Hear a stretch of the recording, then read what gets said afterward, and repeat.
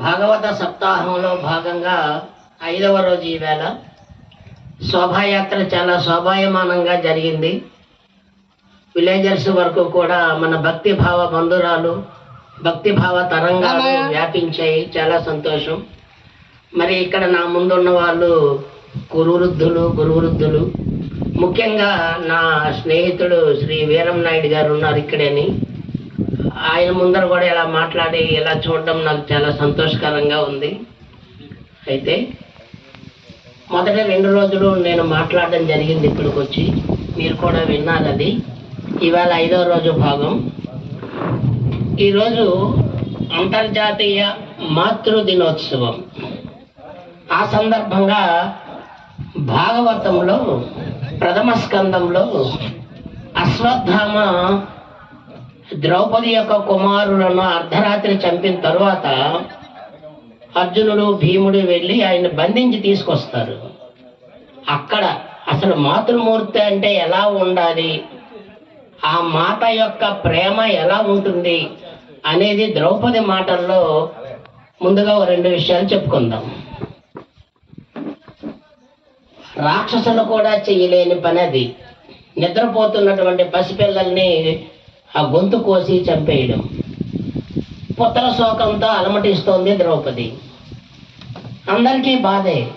చివరికి అతన్ని బంధించి తెచ్చారు. చంపేస్తాము, ద్రౌపది కళ్ళ ముందరే అతన్ని చంపితే గాని వాళ్ళ కోపోద్రేకం చల్లారదు. అలాంటి సమయంలో చంపకుండా ద్రౌపదే ఆపింది. ఎందువలన అంటే నా పిల్లలు చెడిపోయారని నేను ఎంత శోకిస్తున్నానో, ఇప్పుడు అశ్వత్థామను చంపితే ఆ తల్లి శోకిస్తుంది. అశ్వత్థామ యొక్క తల్లి కృపాచార్యుని చెల్లెలామె. మరి నాలాగే బాధే ఆ తల్లి పడకూడదు కదా. ఇది భారతీయ సనాతన ధర్మంలో స్త్రీ యొక్క గొప్పతనం. హ్యాపీ మదర్స్ డే చెప్పడం చాలా తేలిక, కానీ పాటించడం కష్టం. కానీ ఎంత గొప్పగా భాగవతంలో ఆ భావన ఉంటుందంటే, అశ్వత్థామని ఒక చిన్న పిల్లలాగా మాట్లాడుతుంది ద్రౌపది. నా కుమారులు ఏం పాపం చేశారయ్యా? యుద్ధంలో లేరు. రణ ప్రౌఢ క్రియాహీనులు, యుద్ధం చేసే శక్తి కూడా వాళ్ళకి లేదు. చిన్ని పాపలు, నిద్రాసక్తులు, నిద్రలో ఉన్నారు. అలాంటి వారిని చంపడానికి నీ చేతులు ఎట్లాడేనో అని అంటుంది. అప్పటికి కోపోద్రేకంతో భీముడు, ద్రౌపది నువ్వు పిచ్చిదానివా, నీ కొడుకులను చంపిన వాడి పట్ల ఇంత కరుణ చూపిస్తావా అని అడుగుతాడు. అడిగినా సరే ఆ మాతృమూర్తి అతన్ని చంపడానికి అంగీకరించదు.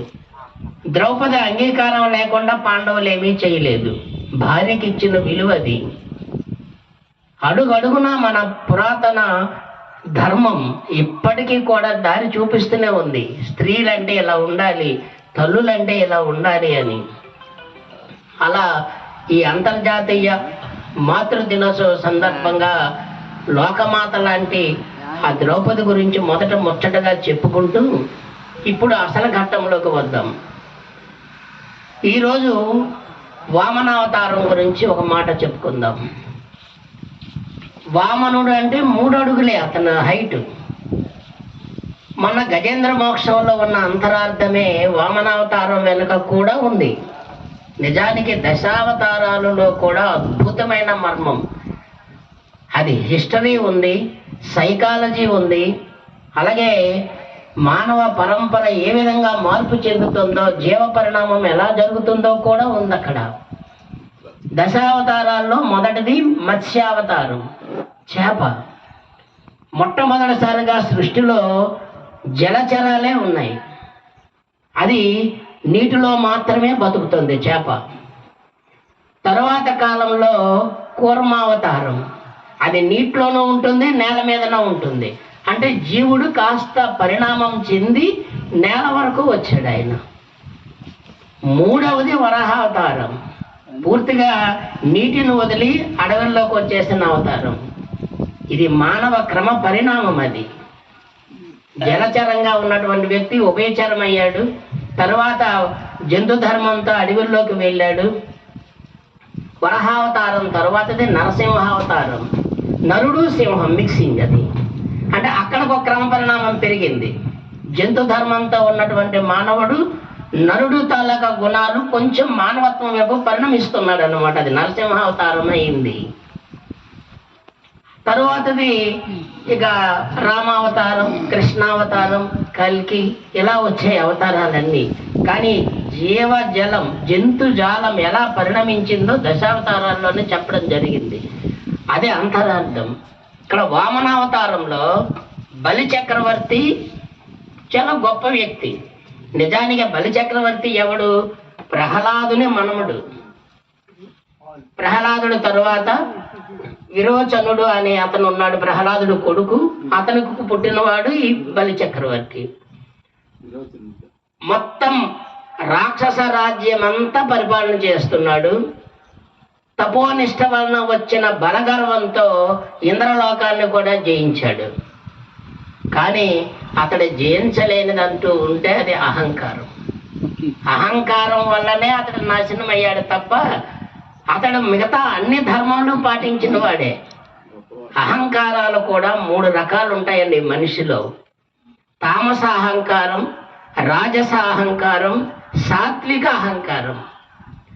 తామస అహంకారం అంటే కీచకుడు పద్ధతి అన్నమాట. అది ద్రౌపది మీద కన్నేసిన కీచకుడు చుట్టుపక్కల ఉన్న వాళ్ళని ఎవరున్నారని కూడా చూడకుండా బలవంతంగా ఆవిడ్ని చెరపట్టాలని పరుగులు పెట్టించాడు నడి రోడ్డు మీదన. ఆమె పరుగున పరిగెడుతుంటే తనకున్న అధికారాన్ని కూడా మరిచిపోయి అహంకారంతో కాముక ప్రవృత్తితో ద్రౌపదిని వెంటాడి వేధించాడు. అప్పుడు సైరేంద్ర రూపంలో ఉందామె, అజ్ఞాతవాసంలో ఉంది. చివరికి ఆమె సభలోకి వచ్చి పడిపోయింది. అక్కడ కూడా వచ్చేసాడు. ఈరోజు తప్పించుకున్నావు, రేపు ఎవరినోళ్ళు కాపాడుతారు అని అన్నాడు ఆయన. అందరూ వింటున్నారు. మరలా అంటే సిగ్గు శరం వదిలేసి ఉన్నటువంటి అహంకారం, నేనేం చేసినా చెల్లుతుందిలే అనే అహంకారాన్ని తామస అహంకారం అంటారు.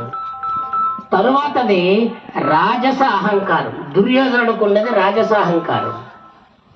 అతనికి బయటికి కనిపించకూడదు, కానీ తను అనుకునేది సాధించాలి. పాండవులకి అర్ధరాజ్యం కాదు కదా, సూది మొనమోపిన స్థలం కూడా ఇవ్వను అంటే ఇవ్వననే అహంకారం. అది రాజసం అన్నమాట. నా తండ్రి తర్వాత నేనే వారసుని, పాండవులు ఎవరు అనేది రాజస అహంకారంతో ఉన్నాడు ఆయన.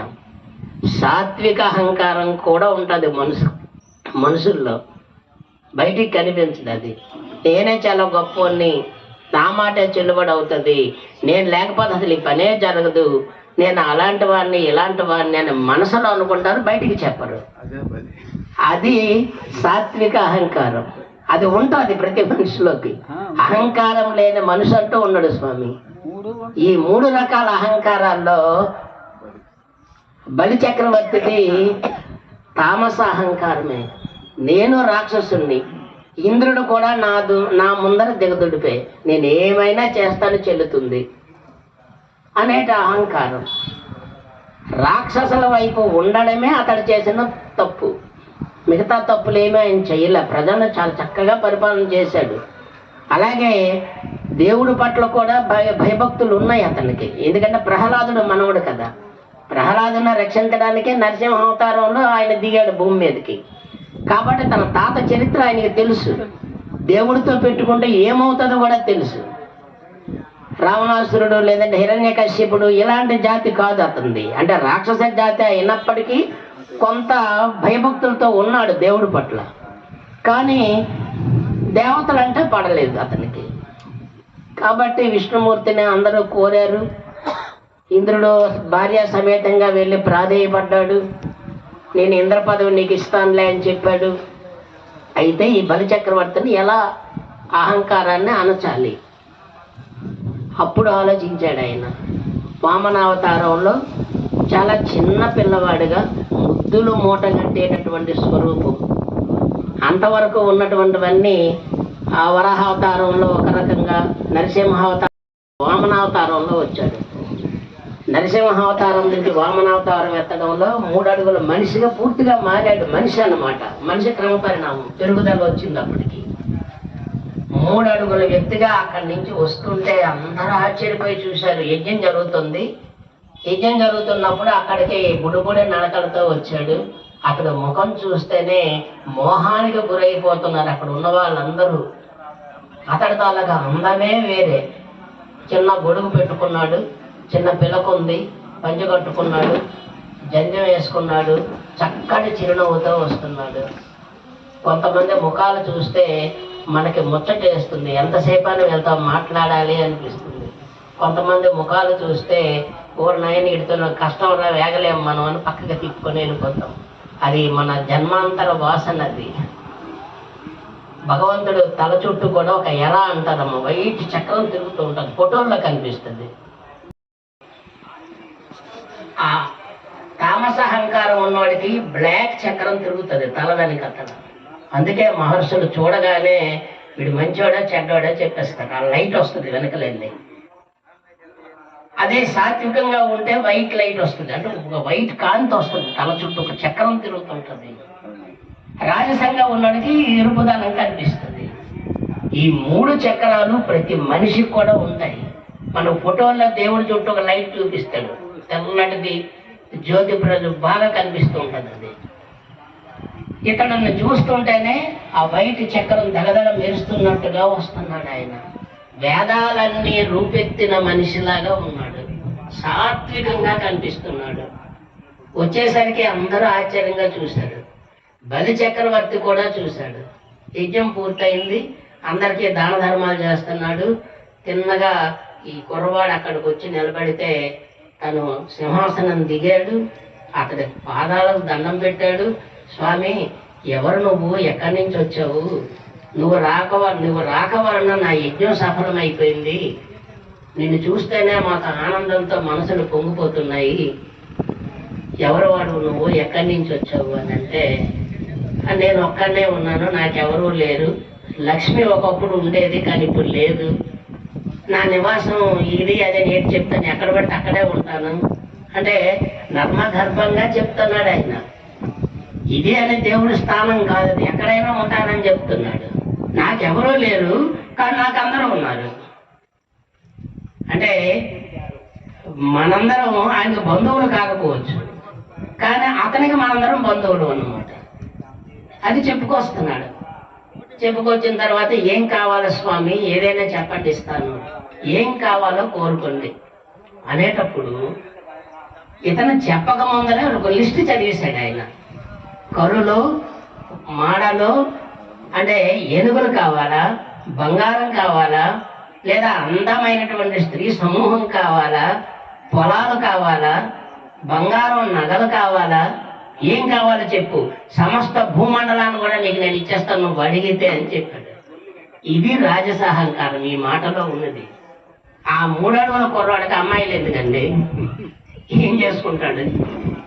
అలాగే రాజ్యం మొత్తం ఇచ్చేస్తాను అనడం కూడా అహంకారమే.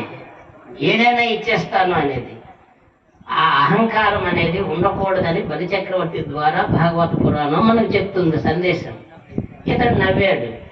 నవ్వి, నేనెంతటి వాడినయ్యా, నాకు అంత అక్కర్లేదు, నేనేం చేసుకుంటాను ఏనుగులు, కుర్రాడా ఎంత ఉన్నాడు, ఏనుగా అంత ఉంటుంది, ఏమి ఎక్కగలను నేను ఏనుగు మీదకి, అలాగనే నువ్వేదో 100 గుర్రాలు ఇస్తే గుర్రాల మీద నేనేం చేసుకుంటాను, నాకు ఉండడానికి 3 అడుగుల నేల చాలు అని అన్నాడు. 3 అంటే కూడా అనలేదు నేను, 1, 2 మనం ఎక్కడ కూర్చున్నా సరే మన చుట్టూ 3 అడుగుల స్థలంలో మన వైబ్రేషన్ ఉంటుంది. అందుకే ఆ 3కి అంత ప్రాముఖ్యత. మనం ఇంట్లోనే జపం చేసుకోవడానికి కూర్చున్నా, దేవాలయంలో మనం కూర్చున్నా, మన చుట్టూ 3 అడుగుల వరకు మన యొక్క వైబ్రేషన్ అనేది అక్కడ తిరుగుతూ ఉంటుంది. మనకి అది కనిపించదు కానీ 3 అడుగులు ఖచ్చితంగా ఉంటుంది అక్కడ. అలాంటి ఆ 3 అడుగులు అనేసరికి ఇస్తానన్నాడు.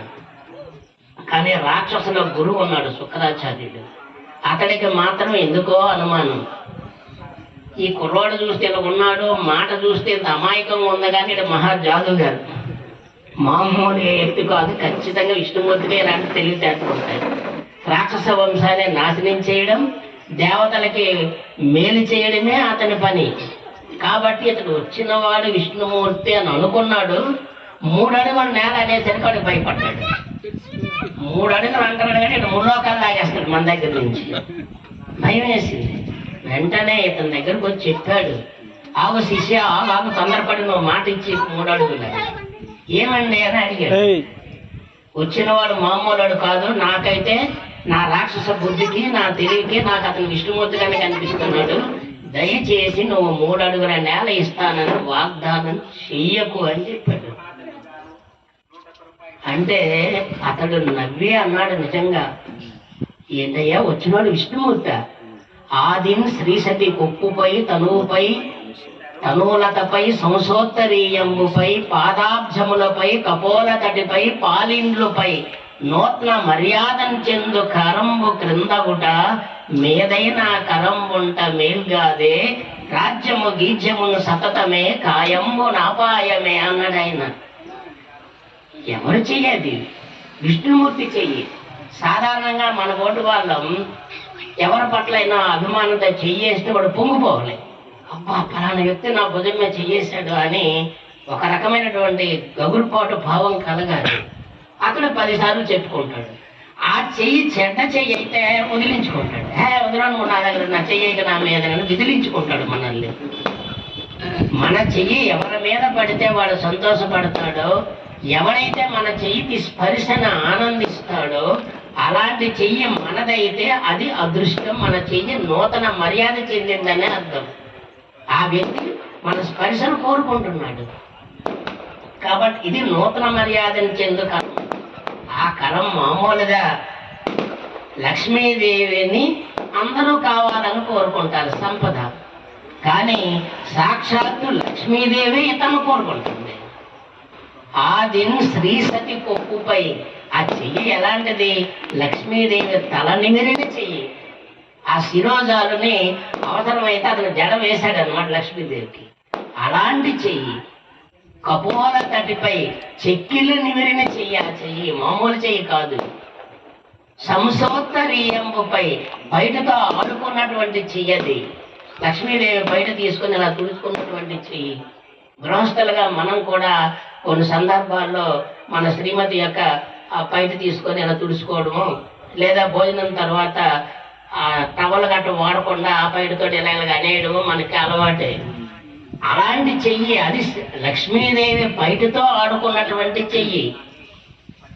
అలాగే ఇంకా ఆవిడ శరీరం వర్ణన చేశాడు. అలాంటి శరీరాన్ని నిమిరిన చెయ్యి. మరొకటి కూడా చెప్పాడండి, పాదాబ్జములపై వాలిన చెయ్యి. భార్య పాదాలు పట్టుకోవడానికి సిగ్గుపడక్కర్లేదు. అది కృష్ణావతారంలో కూడా చేశాడు. సత్యభామ ఒక తాపు దగ్గర దబ్బును పడిపోయి లేచి, అబ్బబ్బబ్బ నా కిరీటం తగిలి నీకు ఎంత నొప్పి పెట్టిందో నీ కాలేజీ బొదిగి చేసాడు ఆయన. అది ఫ్లాష్ బ్లాక్ లో అందరికి తెలిసిన విషయాలే. కాబట్టి ఆ పాదాబ్జములపై వాలిన చెయ్యి, అలాంటి చెయ్యి కింద అవుతుంది, నా చెయ్యి మీద అవుతుంది. దానం ఇచ్చేటప్పుడు చెయ్యి పట్టుకుంటాడు, ఇచ్చినవాడు పైన ఇస్తాడు. అలాగా అతనే విష్ణుమూర్తి అయితే అలాంటి విష్ణుమూర్తి నా దగ్గరకు వచ్చి చెయ్యి చాపితే అంతకంటే అదృష్టం ఏముందయ్యా? రాజ్యము గీజ్యమును సతతమే. ఏ రాజ్యం? అలాంటి ఆ దేవదేవుడే నా దగ్గరకు వచ్చి అడుక్కుంటూ ఉంటే అంతకంటే ఎవరు ఏముంది? ఏ అవతారంలో కూడా విష్ణుమూర్తి ఎవరిని ప్రాధేయపడలే. ఒక్క బలి చక్రవర్తి దగ్గరకు వచ్చి మాత్రమే చెయ్యి చాపడిగాడు ఆయన. అప్పటికీ శుక్రాచార్యుడు ఒప్పుకోలే. మరి బాబు నువ్వు ఇచ్చేస్తానన్నావు కానీ వారి జాక్షులందు వైవాహికములందు ప్రాణ విత్త మానభంగమందు చికిత గోకులాగ్ర జన్మ రక్షణమందు బొంకవచ్చు నగము పొందదగిప అని అడిగాడు ఆయన. ఎప్పుడెప్పుడు మనం మాట ఇచ్చాం, కానీ మాట తప్పే అవకాశాలు కొన్ని ఉన్నాయి, సమయాలు. అవి ఎక్కడెక్కడ? వారి జాక్షులందు, స్త్రీల విషయంలో మాట తప్పే పర్లేదు. వైవాహికములందు పెళ్లి చేసుకునేటప్పుడు కూడా మాట తప్పివచ్చు. మనం కూడా లోక వ్యవహారంలో 1000 అబద్ధాలు ఆడేను పెళ్లి చేయాలి అనేస్తాం. కాబట్టి పెళ్లిళ్ళ విషయంలో అబద్ధాలు చెప్పేయచ్చు. అలాగే ప్రాణ విత్త మానభంగమందు, ప్రాణం పోయే సమయంలో అబద్ధం చెప్పచ్చు, డబ్బు పోతున్న సమయంలో అబద్ధం చెప్పచ్చు, మన గౌరవం పోతున్న సందర్భంలో అబద్ధం చెప్పచ్చు. చకిత గోకులాగ్ర జన్మ రక్షణ మందు, భయపడుతున్న ఆవుల విషయంలో మనం అబద్ధం చెప్పచ్చు. కాబట్టి నీ ప్రాణం పోయే పరిస్థితి కాబట్టి నువ్వు అబద్ధం చెప్పొచ్చు, నేను గురువుగా చెప్తున్నాను అన్నాడు. ఇది ఇప్పుడు నీతి కాదు, అది రాక్షస నీతి. మనం ఎప్పుడైనా అబద్ధాలు చెప్తాం, ఇవే కదా మరి ఎప్పుడైతే నిజాలు చెప్పాలి. పెళ్ళిళ్ళప్పుడు అబద్ధం చెప్పడం తప్పది. పిల్లవాడు ఎన్ని వ్యసనాలు పాలై ఉన్నా ఇది చాలా గొప్పవాడని చెప్పడం తప్పే. అమ్మాయి ఒకవేళ వ్యసనాల పాలై కొంచెం చెడునాడత కలిగి ఉన్నా సరే ఇది చాలా మంచిది, అసలు తల దించిందంటే పైకి ఎత్తదు, కాలేజీకి వెళ్ళే వరకు తల దించుకొని వెళ్ళిపోద్ది, మధ్యలో గోడాటం వచ్చిన గుద్దు పడిపోద్ది కానీ తల పైకి ఎత్తదు. ఇలాంటి అబద్ధాలు మంచివి కాదు పెళ్ళిళ్ళ విషయంలో. అలాగే ప్రాణం పోతున్నప్పుడు, డబ్బు పోతున్నప్పుడు ఇవన్నీ మనం ఆడుతున్న అబద్ధాలే. కానీ ఇది రాక్షస నీతి. అది ఆ మాట కూడా చెప్పాడు, ఇది రాక్షస నీతి అని. భగవద్గీత చెప్పింది ఇది రాక్షస నీతి, ఇది పాటించకండి. కాబట్టి నేను అబద్ధం, ఆ గురువేమో అబద్ధం ఆడమంటున్నాడు, ఈయనేమో అబద్ధం ఆడని అంటున్నాడు. ఇంకా గొప్ప పద్యం చెప్పాడండి అక్కడ పోతన భాగవతంలో. కారే రాజులు రాజ్యములు కలుగవే, గర్వోన్నతిని పొందిరే, వారేరి సిరిమూట కట్టుకొని పోవంజాలిరే, భూమిపైన పేరైనంగలదే, శివు ప్రముఖుల ప్రీతిని యశక్కాములై, ఈరే కోర్కులు వారలను మరచిరే, కాలము భార్గవ అని అన్నాడు. ఈ సృష్టి ప్రారంభం నుంచి అనేక మంది మహారాజులు, చక్రవర్తులు, అనేక మంది గొప్పవాళ్ళు బతికారు, వాళ్ళు పోయారు. కానీ ఎందరమై పేర్లు తలుచుకుంటున్నాం మనం. ఒకే ముహూర్తానికి ఒకే రోజు పుట్టినటువంటి వాళ్ళు లక్షల సంఖ్యలో ఉంటారు భారతదేశంలో. అందరికీ పేరు వస్తుందా? మంది పుట్టే ఉంటారు, కానీ గాంధీకి ఎందుకు అంత పేరు వచ్చింది? అల్లూరు సీతారామరాజు పుట్టిన సమయంలో ఎంతో మంది గొప్ప వాళ్ళు పుట్టి ఉంటారా, మరి ఇతర పేరే ఎందుకు బయటకు వస్తుంది? కారణ జన్ములు వాళ్ళు అందరూ కూడా ఒకే నక్షత్రంలో పుట్టినంత మాత్రాన గొప్ప వాళ్ళు అందరూ అయిపోరు. వాళ్ళ సంస్కారాన్ని బట్టి వాళ్ళు ఎదుగుతారు, పెరుగుతారు. అలాంటి రాజులు ఎంతో మంది గర్వాన్ని తిని పొందిరే, గర్వం లేకుండానే ఉండిపోయారు. వారు ఏరి సిరు మూట పట్టుకొని వెళ్ళిపోయారు ఆ పైకి. డబ్బు పట్టుకొని ఎవడు కూడా పైకి వేడని మనకు తెలుసు, అయినా సరే మనం తప్పులు చేస్తుంటాం. డబ్బు కోసం అనేక రకాల అబద్ధాలు ఆడుతుంటాం, పాపాలు చేస్తుంటాం. ఇది తప్పు అని భాగవతం చెప్తుంది. సాటి మనిషిని మోసం చేసి సంపాదించడం తప్పే. అవినీతి పనులు చేస్తూ ఎదగాలనుకోవడం కూడా తప్పే. ఇవి మన పురాణాలు, భాగవతాలు మనకు అందించినటువంటి గొప్ప ధర్మం. ఈ రకంగా నడుచుకోమని చెప్పడం. ఆ రాక్షస రాజైన అతనే అది గ్రహించాడు. గ్రహించే వారేరి సిరుమూట కట్టుకొని పోవంజాలిరే, భూమిపైన పేరైనంగలదే. కొన్ని కోట్ల మంది రాజులు ఉన్నారు, అందరి పేరు లేదు కదా భూమి మీదన. కాబట్టి నేను ఇప్పుడు ఈ దానం చేస్తాను, నేను నా జన్మని సఫలం చేసుకుంటాను అని అన్నాడు ఆయన. అంటే అప్పుడు ఆ దానం ఇచ్చేటప్పుడు 3 అడుగుల నేల ఇస్తున్నాను అని మనం నోటి మాటతే చెబితే అవ్వదు. నీటి ధారణ చేతిలో పోసి చెప్పాలి. జలం సాక్షిగా, పంచభూతాల సాక్షిగా నేను ఇస్తున్నాను అనే మాట చెప్పాలి. ఆ నీటి ధారని కమండలంలో నుంచి ఆ విష్ణుమూర్తి చేతిలోనే, ఆ వామనుడి చేతిలోను పోసి నేను నీకు త్రిపాద ధరిత్రిం దాస్యామి అని అంటాడు ఆయన. 3 అడుగుల నేల నీకు ఇస్తున్నాను అనేది. ఆ కలిసే ధార అంటే మన టీ కెటిల్ లాగా ఉంటుంది కమండలం. టీ ఇలా వంపుతాం కదా, అలా అప్పుడు మట్టితో చేసినటువంటి కమండలాలు. అప్పటికీ రాక్షసరాజు ఒక చిన్న పురుగులాగా మారి ఆ నీటి ధారకు అడ్డుపడ్డాడు రాకుండా. వామనుడికి ఎలాగా తెలుసు?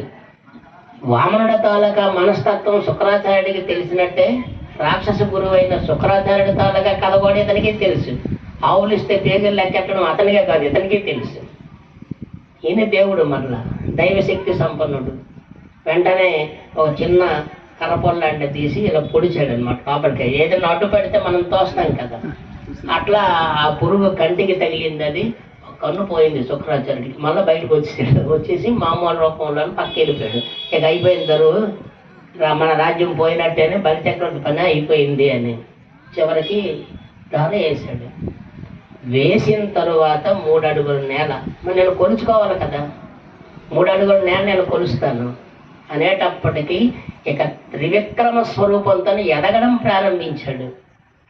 ఇంతింతై వటుడింతై దానంతయ్యై నభో వీధిపైనంతై ధ్రువునికి అంతయ్యై మహర్వాటిపైనంతయ్యై అలా అంతా అంతా పెరుగుతూ సత్య పదోన్నతుండవచ్చు బ్రహ్మాండాంత సంవర్ధి అయి చూస్తుండగానే ఎంత ఎంత ఎంత అనుకున్న రూపం పెరిగిపోతూ వస్తుంది, అలాగను పైకి వెళ్ళిపోతుంది ఆ రూపం. దానికి కూడా అద్భుతంగా చెప్పాడు భాగవతంలో పోతన. ఆ పెరుగుదలకి మెజర్మెంట్ ఏంటి, ఏ టేప్తో కొలుస్తాం దాన్ని మనం. అందుకనే సూర్యబింబాన్ని మెజర్మెంట్గా కొలతగా పెట్టుకున్నాడు ఆయన. ఇతను పెరుగుతున్నప్పుడు రవిబింబం ఉపమింప పాత్రముగు ఛత్రంపై పెరుగుతూ ఉంటే ఆ సూర్యబింబం విష్ణుమూర్తి తల మీద గొడుగులా కనిపించిందట. శిరోరత్నమై మళ్ళా పెరిగేసరికి గొడుగులాగా ఉన్నది ఇక్కడ అలంకారంగా మారింది. కళాభరణమై ఇక్కడికి వచ్చేసింది. అలాగే చేమత్ గంట అయ్యాయి, మొల దగ్గర వడ్డానం దగ్గర ఉన్న గంటలాగా మారిందట సూర్యబింబం. అతను అలాగే పెరుగుతున్నాడు. సూర్యబింబం ఏమి కదలదు, అలాగే ఉంటది. కానీ రూపం పెరుగుతున్న కొద్దీ అది ఎలా డౌన్ అయిందంటే అలా ఇక్కడ అక్కడ ఛత్రంలాగా మొదలయ్యి ఇక్కడికి వచ్చి చేమత్ కంకణమై ఇక్కడ ఒక్క కర్ణకుండలం మారి మళ్ళీ ఇక్కడ కళాభరణమై సౌవర్ణ కేయోరమై ఇలా నూపుర పెద పీఠం అయిపోయింది. అది ఆఖరికి తన పాదం కింద పీఠంలాగా మారిందట సూర్యబింబమే. అంత పెరిగాడు ఆయన. అది విశ్వరూపం, అది భగవంతుని తత్వం. అసలు భగవంతుడు అంటే ఏంటో చివరిలో చెప్తాను మీకు. అట్లా అతను పెరిగిన తర్వాత అర్థమైపోయింది. భూమండలం మొత్తం ఒక పాదంతో ఆక్రమించాడు, బురదగా మారిందట భూమండలం. 2 అడుగులు అయిపోయింది, 3 అడుగు ఎక్కడ వేయమంటావని. ఇంకెక్కడ వేస్తాడు? విష్ణుమూర్తి అనుకున్నట్టే జరిగింది. అహంకారం అనేది మనిషికి నెత్తి మీదే ఉంటుంది కాబట్టి నెత్తి మీద కాలేసి అహంకారాన్ని తొక్కాడు ఆయన. ఊరక తొక్కలేదు. మన అహంకారం పోవాలి అంటే భగవంతుని పాద తాకిడి స్పర్శ కావాలి. అలాగని మన అహంకారాన్ని భగవంతుడు వచ్చి పోగొట్టడు, భగవత్ నామం పోగొట్టాలి. భాగవత తత్వంలో భక్తి మనల్ని, భక్తి సముద్రంలో మనల్ని ఓలలాడిస్తుంది. అది ఆ భక్తి పెట్టుకుంటే అహంకారం కూడా పోతుంది. అది అంతరార్థం. ప్రతి మనిషి నెత్తి మీద అహంకారం ఉంటుంది, భగవంతుడి పాద సోకితే గనది అహంకారం పోదు. అట్లా ఆ పాదాన్ని పెట్టి కిందకు తొక్కాడని. కానీ బలిచక్రవర్తిని చంపలేదు ఆయన. ఎందుకంటే తనకి మహాభక్తుడు ప్రహ్లాదుడు వంశం వాడు ఈయన. కాబట్టే మిగతా రాక్షసుల్ని చంపినట్టు అక్కడ బలిచక్రవర్తిని చంపకుండా పాతాళ లోకంలో ఒక లోకానికి రాజుగా చేశాడు. తన సుదర్శన చక్రాన్ని బలిచక్రవర్తికి కాపలాగా పెట్టాడు. నీకు ఏ రకమైన అరాచకాలు, అన్యాయాలు, పీడలు, వ్యాధులు రాకుండా నా సుదర్శన చక్రం నీకు కాపలా కాస్తుంది, నిన్ను రక్షిస్తుంది. కొన్ని కల్పాలు దాటిన తరువాత నీ తాలూకా మంచితనం, ధార్మిక బుద్ధితో నువ్వు ఇంద్రుడు అవుతావు అని చెప్పాడు ఆయన. అట్లా అందరి రాక్షసులను చంపినటువంటి ఆ శ్రీమన్నారాయణుడు బలిచక్రవర్తిని మాత్రం కరుణించి పాతాళ లోకంలోనే ఉంచి భవిష్యత్ కాలంలో నువ్వు ఇంద్రుడు అవుతావు అనే వరం కూడా ఇచ్చాడు. ఈ చిన్న కథ ద్వారా మనం భక్తి ఏముంటుంది, నిజంగా భగవంతుడు అలా పెరుగుతాడా? భగవంతుడనే మాటకి మొదటి రోజున మీకు చెప్పాను నేను. భాగవతం అంటే భాగవతానాం చరితం, భాగవతుల యొక్క చరిత్ర భాగవతం. భాగవతులు అంటే ఎవరు అంటే భగవద్భక్త భాగవత, భగవంతుడు భక్తులు భాగవతులు. మరి భగవంతుడు ఎవరైతే 6 గుణాలు ఉంటాయి భగవంతుల్లో. ఒకటి మాహాత్యం, ఆయన లీలలు చూపగలడు. పవిత్రత వలన మాహాత్యం సిద్ధిస్తుందండి. మహారుషులు అకుంఠితమైన తపోదీక్షతో వాళ్ళు ఒక మాట అంటే ఆ మాట నెరవేరుతుంది. నువ్వు పిల్లి అయిపోనంటే ఆ రూపం మారి పిల్లి అయిపోతాడు. పలానా వరమైన శాపమైన వాక్ శుద్ధి ఉంటుంది వాళ్ళకి. ఆ వాక్ శుద్ధే మహాత్యం. అది పవిత్రత వలన మాత్రమే వస్తుంది. మంచి ఆలోచనలు, మంచి వైపు ఆలోచించడం, మంచి పనులు చేయడం, మంచి వైపే సమర్థించడం, చెడు వైపు వెళ్ళకపోవడం, ఇది అంతరంగిక శుద్ధి వలన వస్తుంది, ధైర్యం వలన వస్తుంది. ఇది ఉండాలి. ఆ మహాత్యం భగవంతుడి దగ్గర ఉన్న గొప్ప గుణం. రెండవది పరాక్రమం. ఎలాంటి పరిస్థితుల్లో కూడా భయపడే వ్యక్తులు కాదు. మనం భయపడతాం. మన ఇంట్లోనే చిన్న సమస్య వస్తాను, అమ్మో నా భార్యకి ఒంట్లో బాగోదు, నా పిల్లవాడికి పలానా దగ్గర జాయిన్ చేయాలంటే ఫీజు కట్టాలి, ఏమవుతుందో, ఇలా తలడీలు పడిపోతాం మనం. పొలంలో నా పంట వేసాము, పెద్ద వర్షం పడిపోయింది, అది తడిసిపోతుందేమో అనే భయం. భగవంతుడికి ఆ భయాలు లేవు. ఖచ్చితంగా తను అనుకున్నది సాధిస్తాడు, తన భక్తులను కూడా పోషిస్తాడు. ఆ పరాక్రమం ఉండాలి రెండో గుణంగా. తరువాత యశస్సు, అద్భుతమైన కీర్తి, మచ్చలేని కీర్తి కావాలి. అది భగవంతుడి సొంతం. అది ఎంతమంది తిట్టుకున్నా సరే ఆయన సర్వవ్యాపకుడు. ఎక్కువగా నేను ఈ ప్రవచనాలు చెప్పినప్పుడు ఒక అతను అడిగాడు నన్ను, భగవంతుడు అంత గొప్పవాడైతే ఈ భూమి మీద ఇన్ని కష్టాలు ఎందుకు పెడతాడు, మంచి చెడు ఎందుకు సృష్టించాడు అని. మంచి చెడు భగవంతుడు సృష్టించలేదు, మనం సృష్టించుకున్నాం. మన పనుల్లోనే మంచి చెడు అన్నాం తప్ప భగవంతుడు దానికి ఏం పేరు పెట్టలేదు దానికి. కాబట్టి ఇది మనలో ఉన్నటువంటి లోపాలే, కానీ భగవంతుడి లోపం కాదు అది. అది చెప్పాలి. తర్వాత జ్ఞానం, అమోఘమైన జ్ఞాన సంపన్నత ఆయనకు ఉండాలి, అద్భుతమైన జ్ఞానం ఉండాలి. తర్వాతది ఆరోగ్యం. ఎలాంటి పరిస్థితుల్లోనూ భగవంతుడు వ్యాధిగ్రస్తుడు కాడు. పుట్టు దగ్గర నుంచి చివరి పర్యంతం వరకు ఒకేలాగా ఉంటాడు. మనకి వయసు మీద పడుతున్న కొద్దీ వృద్ధులం అవుతాము, ఇంకా వృద్ధాప్యంలోకి వెళ్ళిపోతాము. మనకి చావు పుట్టుకలు అనేవి ఉంటాయి, భగవంతుడికి అవి లేవు. ఇలా 6 రకాల సద్గుణ ఐశ్వర్యాలు అంటారు. ఈ 6 రకాల గుణాలు ఉన్నవాడే భగవంతుడు అవుతాడు. మనలో కూడా అలాంటి గుణాలు ఉన్నట్టయితే మనం కూడా భగవంతుడిగానే పిలువబడతాం. కాబట్టి ఈరోజు ఈ వామనావతార ఘట్టంలో అయితే అంత పెరుగుతాడా అనేటప్పుడు అసలు పురాణాలు, భారత భాగవత కావ్యాలు ఎలా అర్థం చేసుకోవాలి అంటే దానికి అర్ధవాదం అనే ఒక సిద్ధాంతం ఉందండి. పిల్లలు పుట్టలేదు, కాశీ యాత్ర చేస్తే పిల్లలు పుడతారు. మనకి హిందూ సంప్రదాయంలో ఒక మాట ఉంది, కాశీ యాత్ర చేస్తే పిల్లలు పుడతారా అని నవ్వచ్చు మనోళ్ళు. ఇప్పటి తరమంతా కూడా మితిమీరిన వెర్రి జ్ఞానంతో కారు కోతలు కొయ్యొచ్చు, పిల్లలు పుట్టాలంటే కాశీ వెళ్ళాలా అనేది. కానీ పూర్వకాలంలో ఉమ్మడి కుటుంబాల్లో ఒక సామీప్యత లేదు భార్యాభర్తలకి. కాశీ యాత్ర పేరుతో వీళ్ళు వెళ్తే అది మినీ హనీమూన్. వాళ్ళిద్దరికీ ఒకరికొకరు సహాయం చేసుకుంటూ ఎంత దూరమైనా నడిచి వెళ్ళాలి ఆ రోజుల్లో. ఆ వెళ్ళే క్రమంలో కొన్ని నెలలు పట్టేది కాశీ వెళ్ళడానికి. ఆ సమయంలో ఇంటిమసి, ఒక అన్యోన్యమైనటువంటి సామీప్యత వాళ్ళిద్దరికీ కలుగుతుంది భార్యాభర్తలకి. రాత్రి పగలు వాళ్ళిద్దరే ప్రయాణం చేస్తూ ఉండడం వలన ఏదో ఒక సమయంలో వాళ్ళు శారీరకంగా కలిస్తే, రెండవది అక్కడికి వెళితే పిల్లలు పుడతారు అనేది హిప్నాటిజిక్ సజెషన్. అది సెల్ఫ్ హిప్నాటిజం. మేము వెళ్తాం, ఆ దేవుడు అనుగ్రహం మాకు ఉంటుంది, ఆ యాత్రలో ఆ గంగలో మునిగితే మా పాపాలు పోతాయి. ఇది ఒక హిప్నాటిజంలా పనిచేసింది అతనికి, హిప్నాటిజిక్ సజెషన్స్ అవి. ఈ ఇంటి దగ్గర నుంచి బయలుదేరి కాశీ వెళ్ళి తిరిగి వచ్చే లోపు నిజంగానే వాళ్ళకి 100కి 70-80 మందికి పిల్లలు కలిగారు. ఎందుకంటే సామీప్యత అది. అది దైవ సాక్షాత్కారం, దైవ కృపను పెట్టుకున్నారు. అది మన వినయం. అది ఇది అర్థవాదం. మంచి పనులు చేస్తే స్వర్గానికి వెళతావు, చెడ్డ పనులు చేస్తే నరకానికి వెళ్తావు ఒక మాట. మరి ఇది కూడా అర్థవాద దృక్పథమే. స్వర్గం నరకం ఉందో లేదో తెలియదు. వెళ్ళిపోయిన వాళ్ళు వెళ్తున్నారు కానీ రిటర్న్ జర్నీ లేదు, అక్కడ ఐఎస్డి ఫెసిలిటీ లేదు. ఫోన్ చేసి మనవడా నేను స్వర్గంలో ఉన్నానని చెప్పే దారి లేదు. నమ్మకాలే కదా. కానీ ఇది అర్థవాదం ఏంటంటే మంచి పనులు చేస్తే నువ్వు పుణ్యం వస్తుంది, స్వర్గానికి వెళ్తావని చెప్పడం ద్వారా మంచి పనుల వైపు మరల్చారు మనుషుల్ని.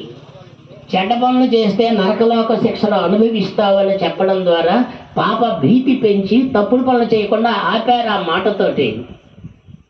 ఇది కదా మన పురాణాలు, భాగవత రామాయణాలు చెప్పిన అర్థవాద దృక్పథం.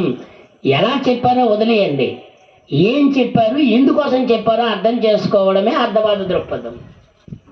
మన గ్రామీణ ప్రాంతాల్లో రాత్రి 8 ఆడుతూ ఉంటే ఒరే దెయ్యాలు ఉంటాయి రండ్రా అని అంటే మామూలుగా చెప్తే రాడు, కానీ దెయ్యాలు తిరిగే వేళ అంటాడు, భయపడతాడు, బయటకు వచ్చేస్తాడు.